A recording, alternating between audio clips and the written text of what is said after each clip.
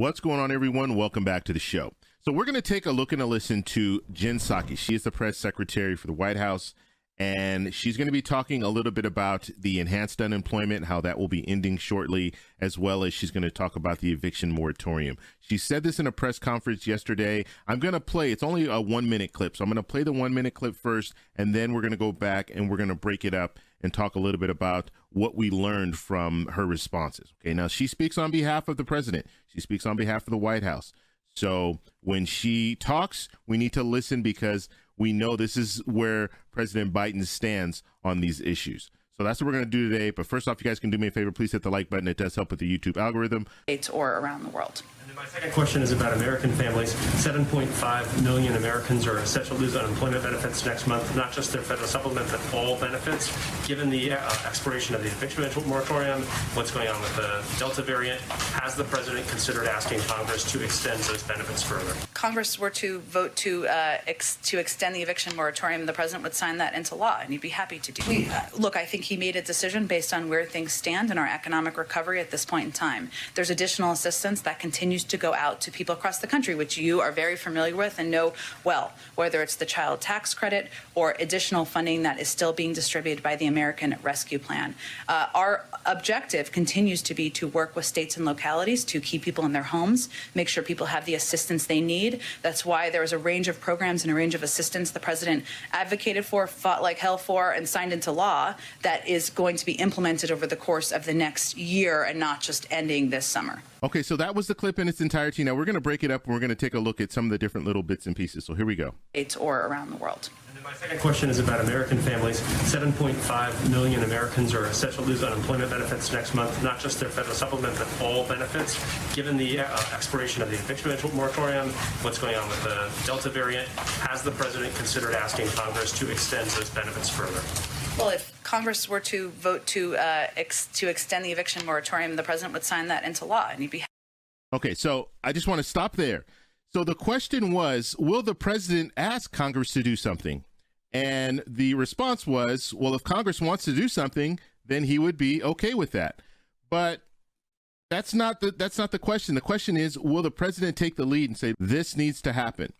And the answer is, it's up to Congress. Basically, this is the same answer that we heard when it came to stimulus checks that we heard probably 4 or 5 months ago, where that question was asked of Ms. Psaki, and Ms. Psaki said the same thing. It's going to be up to Congress to determine if we're going to have another round of stimulus checks.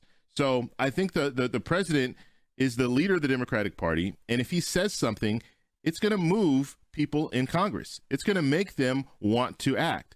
But if he doesn't say anything, then it's one of these situations where they'll just think, you know what, it's not a priority for the president, so we're not going to move forward. Happy to do that.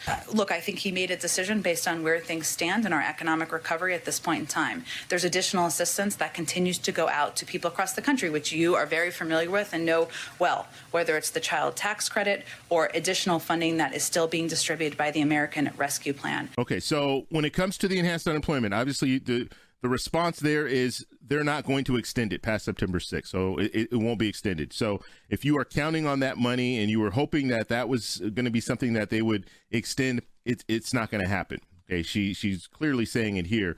There are other programs that are out there, the child tax credit and some other funding. The unfortunate part is that when we're looking at the states were given money from the federal government during the last stimulus package, and some of that money hasn't even been spent. And some state governments haven't spent the money to help with evictions and things like that. But I'll talk more about these issues when it comes to the federal government and the states. But let's play the rest of the. Our objective continues to be to work with states and localities to keep people in their homes, make sure people have the assistance they need. That's why there is a range of programs and a range of assistance the president advocated for, fought like hell for, and signed into law that is going to be implemented over the course of the next year and not just ending this. Okay, so let's talk a little bit about the federal government and state governments. So we saw this when it came to the enhanced unemployment. There was like 26 different states that refused to take the enhanced unemployment to give to the people in their state, which I think is ridiculous. I mean, we get to a point where you have the federal government voting on something, passing something, sending it out to the states, sending money out to the states, and then you have the state governments holding off on that money. That is a ridiculous thing. That is something that should never happen. because we pay taxes, we pay federal taxes, and we pay state taxes. So if we're in a situation where the federal government has money for people who are on unemployment, they should be able to receive that money. It should not be held off by the state. That's the first thing. And then when we start to look at the eviction moratorium, how that ended, and right now the president doesn't have the power. He does not have the power on his own to move forward with another eviction moratorium. He cannot do that. That's going to have to come from Congress. And because it has to come from Congress, they're going to have to do something. The president tried it. The president tried to do this through his administration, and it was struck down by the courts twice. So this is one of those situations where this has to come from Congress. And if Congress doesn't move, we have the second infrastructure bill that they'll be discussing right now. Proposals will be coming out. Will they have something for people who are potentially going to be evicted? Is that going to be in there? And will state governments be forced to spend the money that they have? They have money. They received funding for evictions. Some states are not releasing that money. And that's a big deal. And that brings me to the situation where we have the federal government, we have the state government, they're fighting against each other. And who is suffering? The American people are suffering.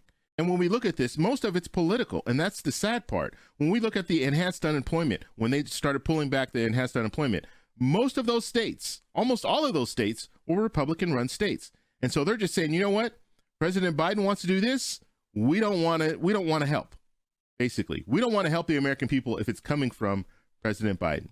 And that's a sad situation. Okay. Now it doesn't just go from Republican to Democrat. Democrats do the same thing, but this is a sad state of affairs when you have money available for people and then you have the states holding up that money.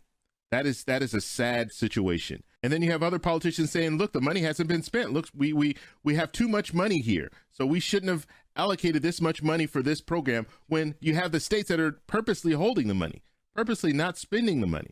So this is a big problem. This is a real big problem. And so as of today, if you're expecting and hoping to receive enhanced unemployment after September 6th, it will not be there for you. And so just make sure you're aware of that. Congress is on recess right now, so nothing will happen. Nothing will happen until maybe September 27th if they choose to put that in the second infrastructure bill, which as of right now, it's not being mentioned, so it's probably not going to be in there. So I just wanted to bring that to your attention. I don't like bringing all this bad news, but when we're looking at these different situations, this is what's out there. The eviction moratorium, that's going to be another big thing that people are going to be watching, because they're going to have to do something about that. And I don't know the answer. When it comes to the eviction moratorium, I do not have an answer for you. This is a real tough situation. You have landlords on one side, you have tenants on the other side, and this is tough. How do you handle this? How do you get past this whole thing? We've never faced anything like this before. We've never been in where people have been forced to stay home. And so now we're looking at a situation where, how are we going to get past this? How do we make everyone whole when it comes to this? So if you guys have any questions, post it down below. If you like this video, please give me a thumbs up. Please subscribe for more, and I'll talk to you in the next one. Bye. Next one.